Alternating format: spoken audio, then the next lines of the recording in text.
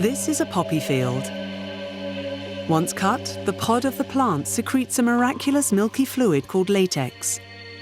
Base opium used by man as a balm for more than 5 millennia. Opium relieves pain and appeases the mind, and that should have been the end of it. But this drug would play a part in some of mankind's greatest upheavals: imperialism, colonization, the Cold War, and more recently, globalization. Without the backing of states, drug trafficking would never have existed. Released into the heart of the system, drugs have dictated their own geopolitics in the shadows. Secret operations, widespread corruption. Drugs are now part of the very flesh of the world's democracies. From Wall Street to the jungles of Colombia, from Shanghai to Kabul, cartels, mafia, banks, pharmaceutical labs and political parties have all lived off drug trafficking. The results are devastating. Whole populations stigmatized or displaced, families torn apart. Today we've stopped counting the dead.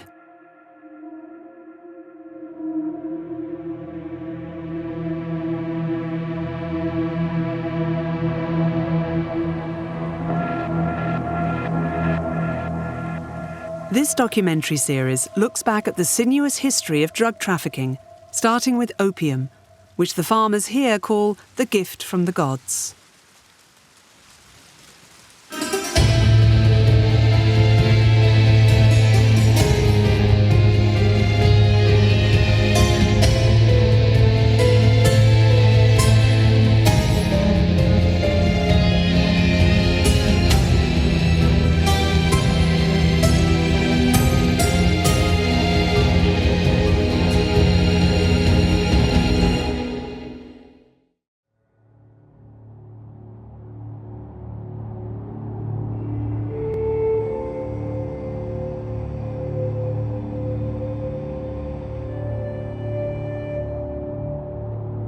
At the turn of the 19th century, Britain was engaged in a frantic race to conquer new territories and new resources. With cotton, tea, pepper, and other commodities, the British Empire liberalised the world. In India, Britain laid its hands on a particularly strategic resource. It was close to the city of Benares in the Ganges Valley that the highest quality of opium grew. The British structured its farming and intensified production. With this opium, Britain hoped to win the power struggle against the world's greatest power of the time, the Empire of China. China refused all free trade. It sold massive amounts of porcelain and tea, so appreciated by the British, but bought nothing at all in return. There wasn't much that China needed. China was the oldest operating economy in the world, dating back millennia. It was a self-contained economy. And so coming up with goods that the world's most advanced consumer economy needed, that was an impossibility.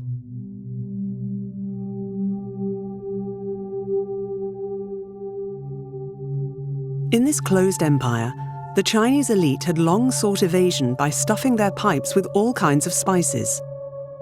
Saffron, camphor, and one day opium. And its wafts of smoke could soon cast its spell on Chinese high society. In a panic, the emperor decided to ban it. The modern history of drugs started here, with the prohibition of an addictive substance and the greed of the British Empire. These substances have one very powerful advantage from a cynical business perspective. So the fact that drugs are addictive creates out of possibly early willing consumers, unwilling consumers. People literally get hooked on the substance. The next step was purely logistical. The British Crown couldn't be seen to be involved in smuggling, so it gave the job to private traders. The most avid amongst them William Jardine and James Matheson loaded thousands of chests of opium onto their ships in India and set sail for China. The distinction between private mercantile interests and the government, these were not completely separate. There was a commonality of interests. This was the age of imperialism. Commerce was good for the empire was good for commerce. So these things very much went together. On behalf of the British Crown, Jardine and Matheson, two Scottish gentlemen in embroidered waistcoats and patent leather slippers, invented international drug trafficking. In the Bay of Canton, the two traders bribed the port authorities and sold their cargoes of opium to the Chinese emperor's worst enemies, the Triads. These powerful secret societies had a single aim: to overthrow the dynasty in power. Opium gave money and means to the empire's enemies, to subversive forces. These subversive forces needed accomplices, and together they tore the state apparel apart. Army officers were opium addicts, state governors, top public servants were opium addicts, and all were accordingly traitors to the powers that be. In fact, opium addicts were referred to as Han Tian, traitors to China. In 1839, the emperor felt under threat. He imprisoned thousands of smugglers and had 20,000 chests of British opium destroyed. Jardine and Matheson seized on this as a pretext. Back in London, they convinced the highest authorities that war was the only way to open up the huge market that China represented, with a third of the world's population. So in the name of profit, Britain launched the Opium Wars.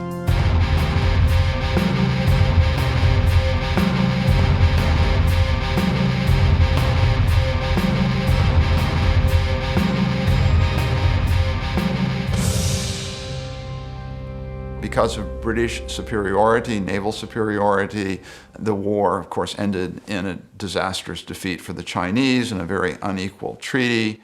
And in fact, in China, many Chinese historians date the modern era from the Opium Wars. This is when China, which had been a self-sufficient empire for hundreds or thousands of years, suddenly becomes the victim of imperialism. The defeated emperor was forced to legalize opium and open up his country to foreign trade.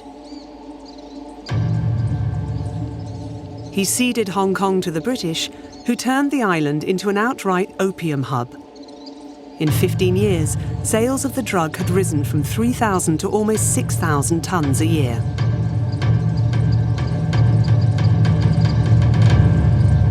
To finance this boom in opium trading, a bank was founded, the Hong Kong and Shanghai Banking Corporation, HSBC.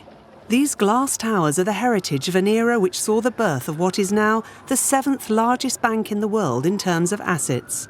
And the Jardine-Matheson Group, a pillar of world trade and the first business to grow mega-rich from drug trafficking. The symbolism really was that the colonial power was shoving opium literally down the throats of the Chinese people and sentencing Chinese men and women to devastating drug addiction that debilitated their lives, that kept them often torn from their families, economically deprived. Following the Opium Wars, uprisings broke out across China, resulting in millions of deaths. The empire sunk into a slow agony. To avoid the total collapse of its economy, China began growing its own poppies. China's borders were finally open. Millions of Chinese fled to the world's main ports like London, Amsterdam, and San Francisco. And they took the practice of opium smoking with them.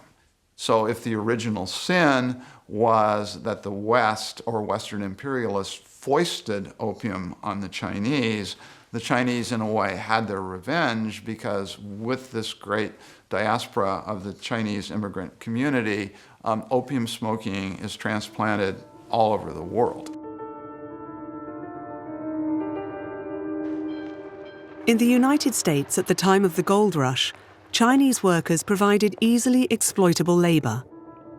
Opium spread through the Chinatowns of the big cities. Soon, petty criminals gave in to its swirling smoke. Throughout the West, the passion for opium reached marginal circles, fed the fantasies and the verses of French poets. In Europe, opium also made nations heady. The drug would make the dreams of colonial grandeur come true for various countries. France, the eternal rival of Great Britain, intended to turn Indochina into a modern colony, a mirror of its own power. It constructed expensive infrastructures such as roads, bridges, and railroads. The colonization wreaked havoc with the French budget. People often mistakenly think that colonization earned big money. In general, colonies cost a lot of money at first. So governors were always looking for ways to balance their budget.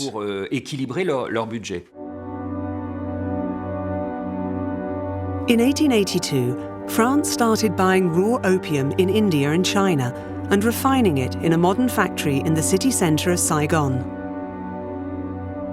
Opium became a standardized, ready-to-smoke product called shandu, on sale in 1,000 or so stores with the RO sign, for Régie de l'Opium, Opium Regime. France jealously guarded its monopoly and severely punished any smuggling. The more opium addicts there were in Indochina, the fuller the colonial coffers became. The regime would supply almost a third of Indochina's budget.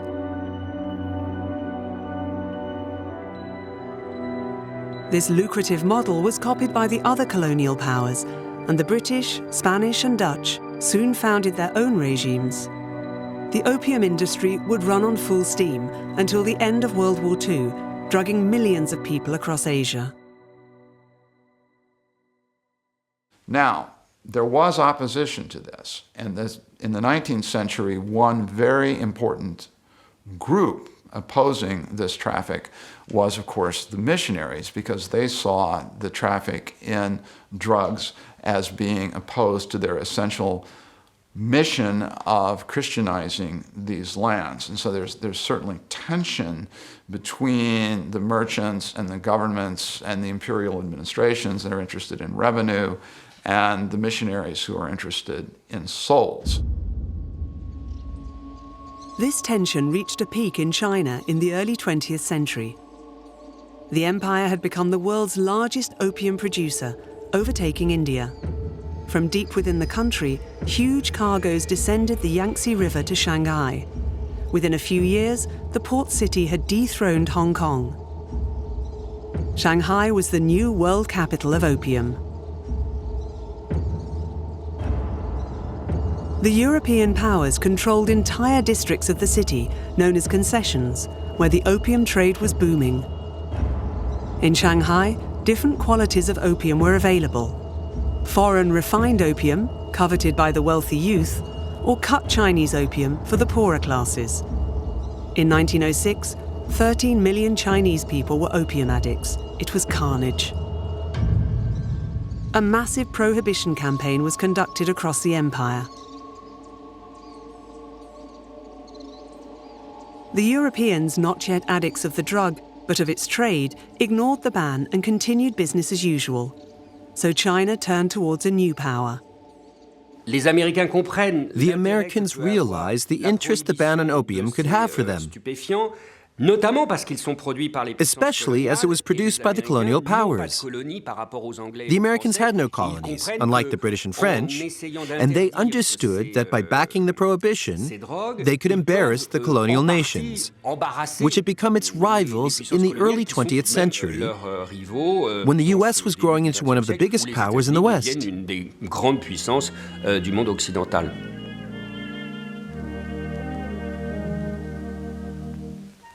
In 1909 in Shanghai, the United States and China convened the first International Opium Convention.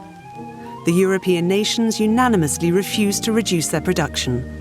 But Paris, London and Amsterdam would soon reconsider their position when they realised how far opium addiction had spread across the West.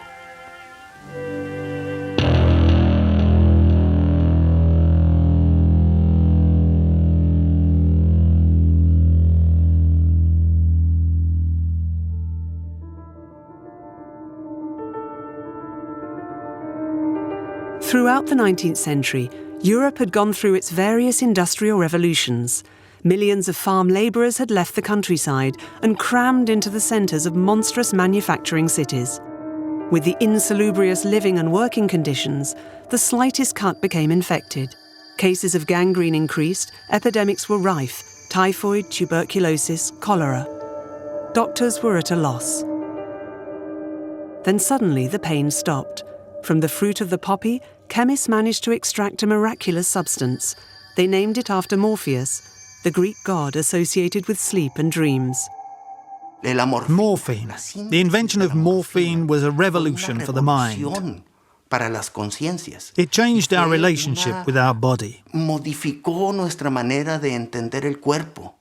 Pain became a choice. It was no longer something the human body had to suffer. In the mid-19th century, the German Heinrich Emanuel Merck pioneered the large-scale commercial production of morphine. Within a few decades, his small lab had turned into Germany's first pharmaceutical empire. Today, it's the fifth largest pharmaceutical group in the world. From 1861, during the American Civil War, 10 million doses of morphine were given to Union soldiers. During this first massive bloodbath of the modern era, the quality of war surgery also improved greatly. Thanks to morphine, doctors could ease pain, operate, and if necessary, even amputate on the battlefield. The invention of the hypodermic needle accompanied this progress. Injected intravenously, morphine's grip tightened. Patients no longer suffered, but they became totally hooked. So the pharmaceutical industry set out to find an antidote and came up with a multi-usage substance which could unhook opium addicts: cocaine. Advocated by a young Viennese doctor, Sigmund Freud. Cocaine symbolized modern times. It was something very new, almost magical, a gift from European science. You would go to a pharmacy, and the pharmacist would have a little jar that would say cocaine and would dispense you cocaine for a variety of ailments. Cocaine became a flagship product, sold in the form of an elixir, ointment, spray, or cigarette. Newspapers were full of ads. The main targeted customer was the well-to-do woman. She didn't work, so her major suffering was boredom.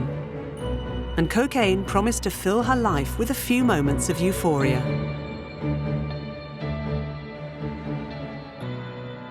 Throughout the 19th century and into the early 20th century, drugs became cheaper. And people discovered that, you can inject cocaine or snort it up the nose, or you can mix morphine and cocaine and you can inject them, and it produces a very powerful euphoria.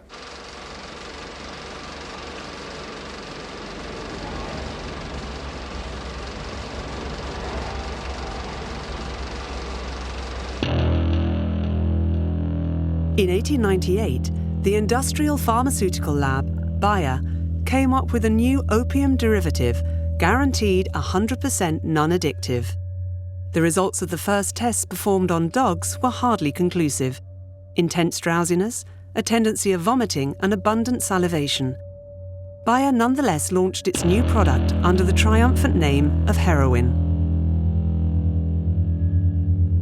Recommended for the treatment of asthma and infant teething pains. If you look at the history of morphine, if you look at the history of heroin, if you look at the history of cocaine, these things do not enter the world as evil underworld drugs. They enter the world as medicines. It's almost like a genie that escapes the bottle.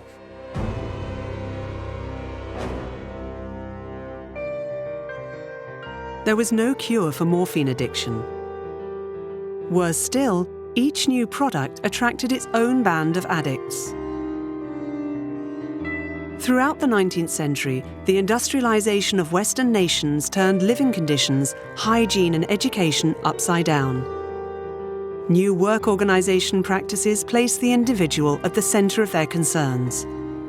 The 20th century dawned with new models. There was a rise of the idea that the state had the responsibility in order to produce a strong citizenry for military mobilization, for national development, that the state had a responsibility to regulate how the body was used. The unfettered market in addictive drugs was a real social problem and a real social evil that needed control. Drug control, including prohibition, was born of the same progressive international movement that gave us the regulatory state, that gave us the welfare state, that gave us social reform, that gave us protections for workers, for unions. Prohibition was finally enforced. The United States began by banning opium in 1909.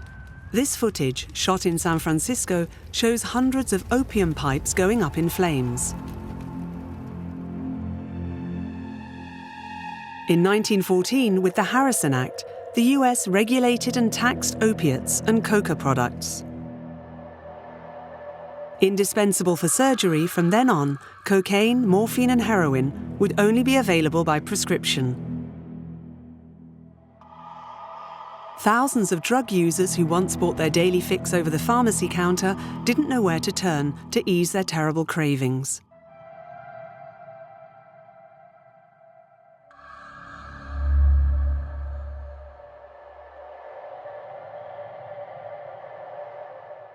If a government says, I prohibit all supply of this merchandise in order to curb demand, it will only naturally generate a black market. A black market that breaks the law. And who's ready to break the law? Criminals, of course. To meet demand, the criminal underworld learned how to refine heroin. In Mexico, in the fertile region of Sinaloa, farmers grew poppies to supply the American pharmaceutical industry. In the early 1920s, they saw new customers suddenly turn up. The first big figure in Mexican drug trafficking was Ignacia Yasso, alias La Nacha. She bought raw opium in Sinaloa and had it transformed into a brown heroin of mediocre quality by chemists in her employ. La Nacha set up her clandestine laboratories close to the border with the United States in Ciudad Juárez. Only the border separates Ciudad Juárez from the first city in the US, which is El Paso, Texas. So it's a crossing point for a lot of both legal and illegal merchandise. Everything goes through there. Arms, money, drugs, and a host of other things. All you can imagine crosses the border at Ciudad Juárez. For a few years, the United States had been living under the yoke of the prohibition of alcohol. Thirsty Americans crossed the Rio Grande to soak up bad quality whiskey in the gambling dens of Ciudad Juárez. Amid this happy debauchery of booze and contraband, La Nacha had no trouble getting her heroin through the border posts. Her family-run business would dominate trafficking for 3 generations, until the birth of the first Mexican drug cartels.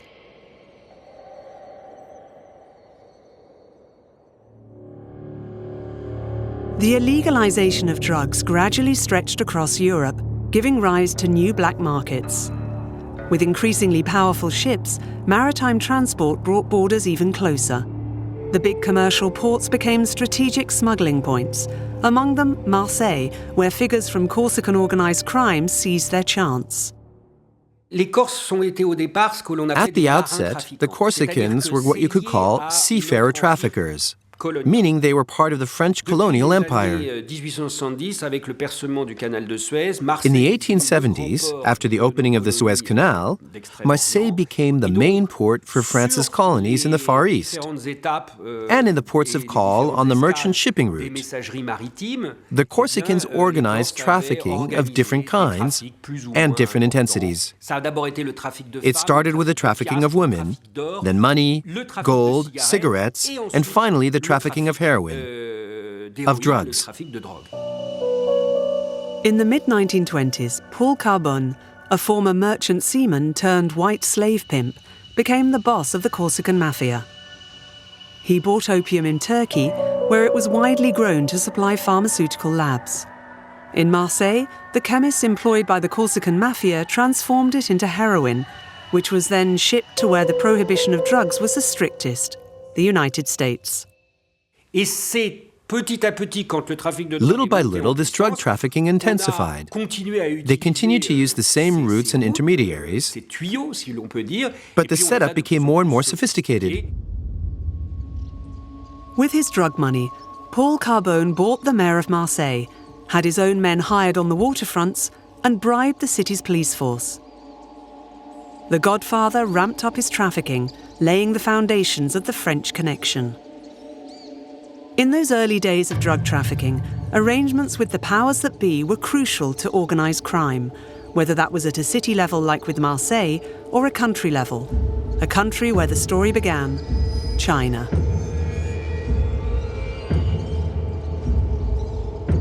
In the early 1920s, the empire collapsed and armies started fighting over dozens of China's regions. There was no central power, and therefore nobody to fight organised crime.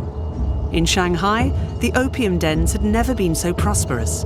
The triads reigned as masters of the underworld. The triads were opium traffickers. They owned the gambling dens, and they had close contacts inside the city's police force. From the powerful Green Gang, one man stood out. His name? Du Yusheng. Du Yusheng had set up business in Shanghai's French concession, where his men had eyes and ears inside the opium dens, and where they wiped out his competitors. Du Yusheng's genius, and this is where it gets interesting, was that he didn't want to stay a simple gangster. He longed to get into politics. In 1921, the Chinese Communist Party was founded inside the French concession. The French authorities were scared and approached Du Yusheng. France feared a wave of strikes and protests against the foreign presence, the concessions and so on. Chinese nationalism was on the rise, and the situation looked dangerous. So the French consul negotiated what would soon be referred to as the Pact with the Devil. The French asked Du Yusheng to re-establish order inside their concession. In exchange, the trafficker would be allowed to take over all of the concession's opium dens. And consequently, there were no strikes in the French concession. All was calm. Once comfortably installed, Du Yusheng offered his services to the ambitious Chinese general, Chiang Kai-shek. As head of the army of the Kuomintang, the Chinese Nationalist Party, Chiang Kai-shek aimed to reunify the country. To do so, he would have to take Shanghai. In 1927, Du Yusheng ordered his men to massacre hundreds of communists who'd taken control of the city and open the gates of Shanghai to Chiang Kai-shek's army.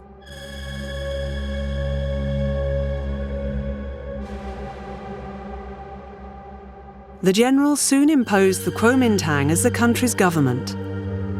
But to keep control of China, he needed money, so the Kuomintang legalized opium. Du Yusheng's triad, the Green Gang, became the government's main supplier, and a number of its members were sent to sit at parliament. China became the world's first narco-state. Du Yusheng stepped up his activities, hiring chemists and setting up a heroin factory inside Shanghai's central market. La grande force de Du, c'est qu'il est devenu Du Yusheng's great strength was that he became an extremely respectable figure of the Chinese underworld. He was the president of several banks.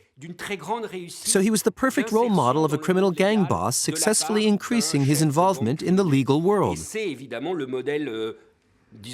Again, he was the perfect example, let's say extreme example, of the symbiotic relationship between the criminal world and the legal world. The perfect model of organized crime.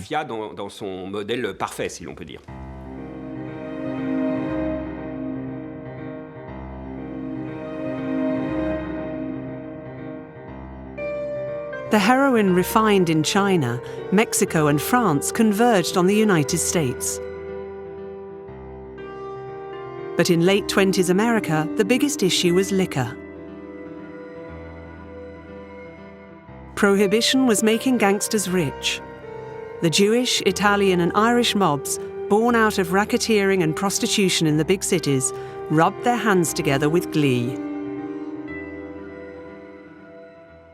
Organized crime took over one of the largest industries in the United States. That was the origins of modern organized crime in the United States, transforming basically street corner thugs into powerful criminal syndicates. To monopolize the millions made from smuggled moonshine, the Italian mafia systematically threatened and murdered until it had crushed its competitors. Prohibition created an unpredicted destructive power and widespread corruption.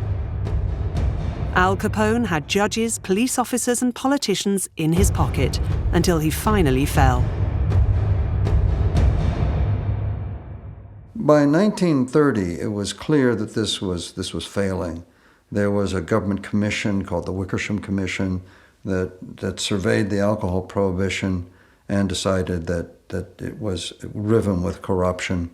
And so in 1933, you got the end of prohibition of alcohol. Suddenly, the mafia had lost this enormously profitable enterprise.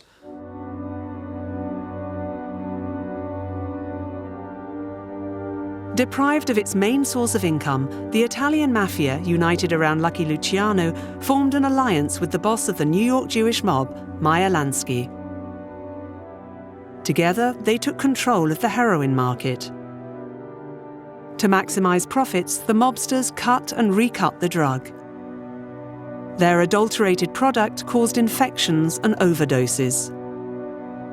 But the end of the prohibition on alcohol also caused rancor and frustration amid puritanical, conservative white Americans, the enemies of all kinds of highs and pleasures. The pre-prohibition fight was led by the new head of the Federal Bureau of Narcotics, Harry J. Anslinger, an advocate of strong-arm tactics and a brilliant tactician. The man is a legend. He's a legend in drug law enforcement. He was very instrumental in developing the law enforcement tools and techniques for investigating large-scale drug trafficking, both in the United States and outside the United States. He saw himself not just as enforcing a prohibition on drugs. He was, in fact, first of all, a moral campaigner, enforcing, if you will, a moral consensus upon the society, getting rid of an evil influence and the male factors, the criminals that were trafficking in this. And so for him, it was a moral campaign. In 1930s America, Hollywood was electrifying audiences. Harry Anslinger encouraged movie directors to instill the fear of drugs among them.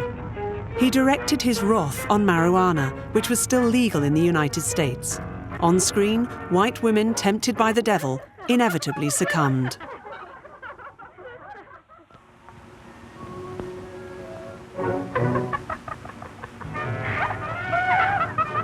And in the role of the suntanned, mustachioed tempter, a Mexican. Little by little, Harry Anslinger's moral campaign veered towards racist propaganda. Harry Anslinger, like many other North American ultra-conservatives, considered Mexicans as racially different, as racially inferior. He made an absolute equation between ethnicity and drugs. Opiate was Chinese. Marijuana was Mexican Americans. And so he was unashamed in using the drugs as a way of stigmatizing and attacking minorities. In 1937, marijuana was prohibited in the United States. Organised crime would benefit from this new ban. Harry Anslinger knew it and got ready to fight them. Harry Anslinger really believed in the importance of eternal vigilance. There were many possible sources of drugs. There were different producer nations, there were new smuggling routes that could open up, there were new criminal organizations. So he was always watchful, he was always worried. It's almost as if he felt he was dealing with a hydra-headed monster. Under Harry Anslinger, the Federal Bureau of Narcotics fostered international cooperation, and in 1932, the traffickers and their merchandise was finally traced from Istanbul to New York via Berlin and Shanghai.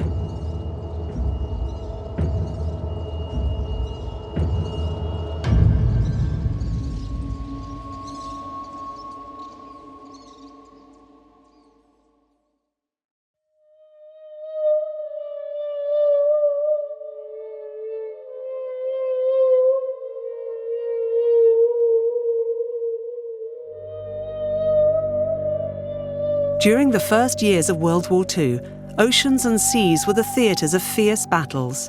Trafficking came to a halt and the drugs ran out.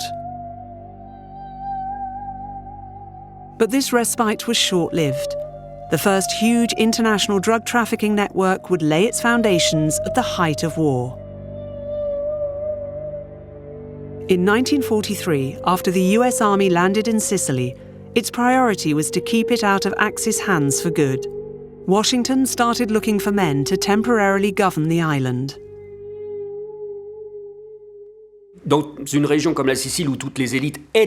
In Sicily, where all of the elite were fascists, the big landowners, the church, the administration, where could the Americans find men without a fascist pedigree? There were two possibilities, the communists or the mafia. The Americans already knew that after the war, their enemy number one would be the communists. So they opted for the mafia, which would be able to help manage the island's towns during those troubled times.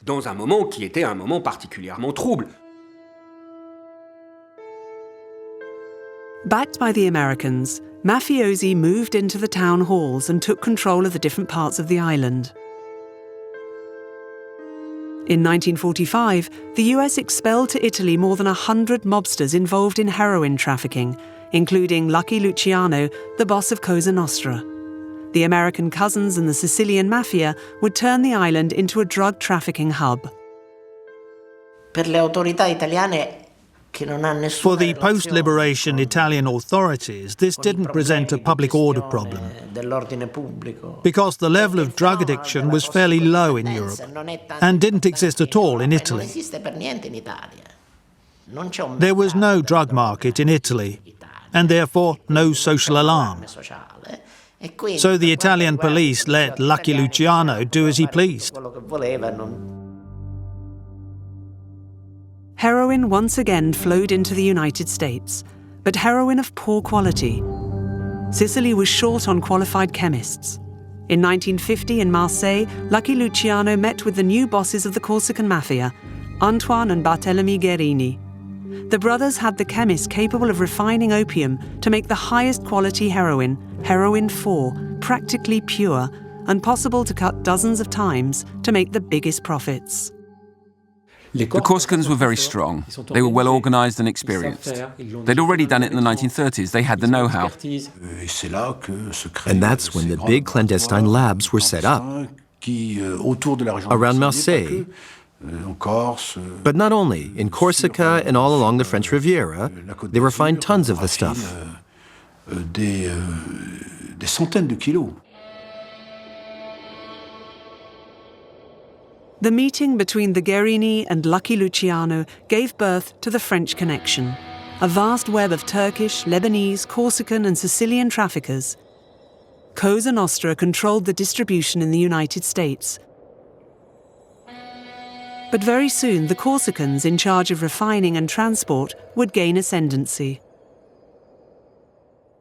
The US Narcotics Bureau soon became aware of what was going on with their first seizures in New York. The first smugglers arrested happened to be Corsicans, so the Americans realized that the chain led back to Marseille, to the Corsicans of Marseille.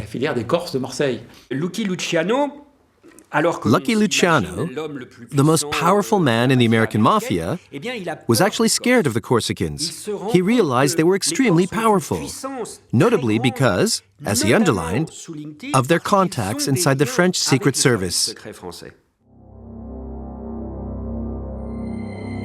Having infiltrated the authorities in Marseille, the Corsican mafia had strong ties inside the French state apparel. In 1951, at the height of the Indochina War, the French Secret Service was deployed to organize the counterattack against the Viet Minh guerrillas, but it was seriously short of money. Paris begrudged having to fund this costly war, and the French opium regime, which once financed the colony, had been forced to shut up shop in the face of international pressure. The French Secret Service mounted Operation X.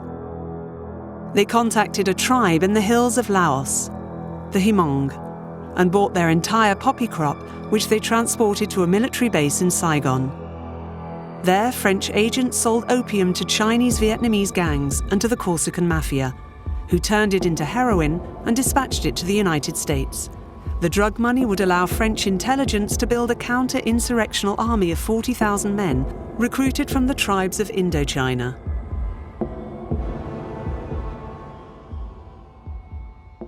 It was one of those bizarrely clear instances of a modern Western intelligence apparatus actually operating a drug trade. It was extraordinary. There's many instances of collusion and corruption, but nothing quite like that, where the intelligence service of a legitimate government is actually operating the traffic.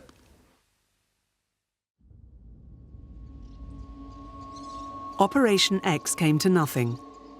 In 1955, France evacuated its troops from Indochina. The region's geopolitics had changed, the colonial powers had withdrawn, the opium regimes had closed down, and China, a communist state since 1949, had brutally wiped out poppy growing. That should have sounded the death knell for narco-politics in Asia. But the Cold War had only just begun, and the scene was set for secret ops and mounted coups carried out by the secret services of the great powers. There are times where there's no question that before the collapse of the Soviet Empire and the bringing down of the Berlin Wall, the Cold War was a priority national security objective of the United States. And if things came into absolute conflict, I would expect that the Cold War objectives would prevail over fighting drug trafficking. There's a specialist skill to operating outside the bounds of civil society, of being able to transfer money, mobilize people, create operations, buy arms, transport arms across the globe, deliver them into the hands of people. There are only two kinds of people on the planet that have this sensibility and have this ability: intelligence operatives and criminals. And the criminals, what do they need? Above all, they need protection. They need protection from state actors that can protect them from investigation and prosecution, that can get them off the hook if they get caught. So they not only have the same sensibility, but they have complementary needs. And so it's not surprising that they very often wind up working together. The Asian drug trade took off again when the United States attempted to overthrow the Chinese Communist regime. Washington gave its backing to the enemies of Chairman Mao, the Kuomintang. 6,000 Chinese nationalists were entrenched across the border in Burma. The CIA sent them provisions, arms and munitions. The men of the Kuomintang made several incursions into China, but were easily pushed back by the Chinese Popular Liberation Army. Then support from the CIA started to decrease, and these local Kuomintang units started to look for money. And there's a very famous quote from one of those Kuomintang generals. He said, if you have an army, you need guns. If you need guns, you need money. The only money in these mountains is opium. So that's what they turned into. They saw there were opium fields there. They collected the opium from the farmers. They brought it down to the Thai border. They sold it to international traders. And slowly, they start to expand and increase this trade. With the drug money, the Kuomintang soldiers prospered. But China put pressure on Burma. In 1961, the Kuomintang army was evacuated. A part of the troops set up a new base in northern Thailand, where the monarchy welcomed them in sympathy.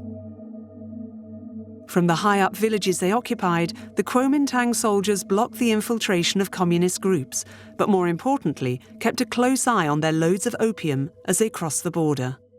Everybody knew, of course, that the Kuomintang was the major organizing the opium trade into northern Thailand and organizing the heroin production, and from there on the heroin trade in the region and internationally, of course, also. Everybody knew this. And the policy at the time was security first. We feel that, as the Americans would say, and the Thai government, communism is a major threat in the region. And if the Kuomintang could support themselves by doing opium business, well, that was very convenient for them, of course. And that lasted for a long time. Opium transported from neighbouring Burma and Laos was refined in northern Thailand. The area across the shared borders became known as the Golden Triangle. The base heroin was transported to the port of Bangkok and loaded onto ships heading for Hong Kong. A century after the Opium Wars, Hong Kong, still in British hands, had the highest concentration of drug addicts in the world. The triads, based in Hong Kong since fleeing the Chinese communists, refined the base into heroin of rare purity.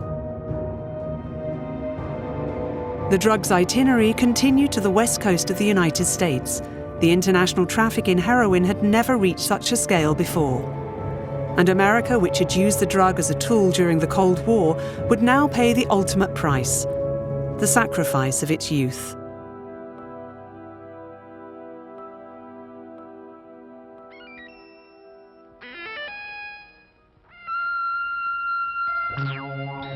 In the mid-1960s, when the war in Vietnam broke out, a large part of American youth was rebelling against a patriarchal, racist, and consumerist society in which it felt it had no place. New drugs were on the market: LSD, mescaline, peyote. It was the golden age of hallucinogens. Experimenting was everything. The body and soul craved for freedom. To fire up a joint was to make a political statement that one was sympathetic to the goals of the counterculture, or one was opposed to the war in Vietnam. Drugs are very potent symbols. They're not just about getting high. Part of this rebellious youth, in search of increasingly intense experiences, sought new highs with heroin. Within months, the parks where the dreamers of flower power once sang in unison were turned into the hangouts of gangs and dealers. The number of overdoses skyrocketed. The only flowers seen now were the wreaths laid on graves. And then came another tragedy. In 1969, more than 500,000 Americans were sent to fight in the Vietnamese jungle. When the soldiers came home, a third of them were completely hooked on heroin. So the question was, who was supplying? Where was it coming from?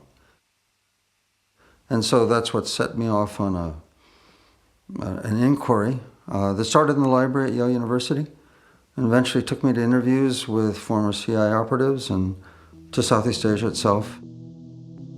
Alfred McCoy flew to Laos and headed for the hills where the Hmong tribes grew poppies to supply the local opium dens. Still a young student, he was the first to unlock the dark secrets of narco-politics. To drive back the communists, the CIA had assembled a secret army of 30,000 men in remote villages and set up a well-oiled logistics plan. It chartered planes to transport men and supplies and cleared 200 landing strips. The Hmong took advantage of the comings and goings of these CIA planes to transport their opium. So that the CIA couldn't have found out, hadn't found out, wasn't aware, that's improbable in the extreme. If a 26-year-old graduate student with no assets, no authority can find this out in a conversation, then I'm sure they could have done the same should they have bothered to ask those questions. Of course they knew it, but it wasn't their priority. Now, were they complicit in the traffic? Were they principals in the traffic?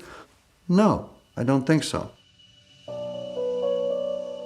Continuing his investigation, Alfred McCoy set out to meet the commander-in-chief of the Laotian army, Major General Uan Ratikon, suspected of being the head of this opium traffic ring.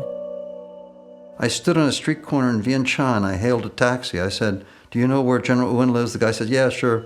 He took me there. I got out. I knocked on his door. I walked in. I introduced myself, and I sat down with him. And he actually got out his ledger from the opium régie de Laos, and to walk me through the accounts and show me that he was running his accounts honestly, that he was buying opium in these areas, and he was exporting it to South Vietnam here, and the money was being deposited in banks, all run properly, you see. As long as Uan's opium supplied the local market, the CIA covered him. But the next step was nonetheless obvious. The Major General turned to Hong Kongese chemists to refine the opium into heroin, and the trap was set. The heroin was dispatched to US Army bases. Customs officers, policemen, and South Vietnamese politicians unscrupulously profited from the traffic, helping to poison the young American soldiers who had come to fight at their side. At the height of the Cold War, heroin threatened to defeat the US Army, while it was decimating the youth back home on American soil.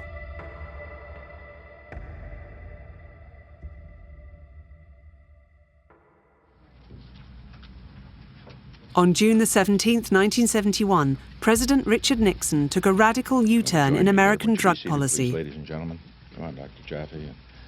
America's public enemy number one in the United States is drug abuse.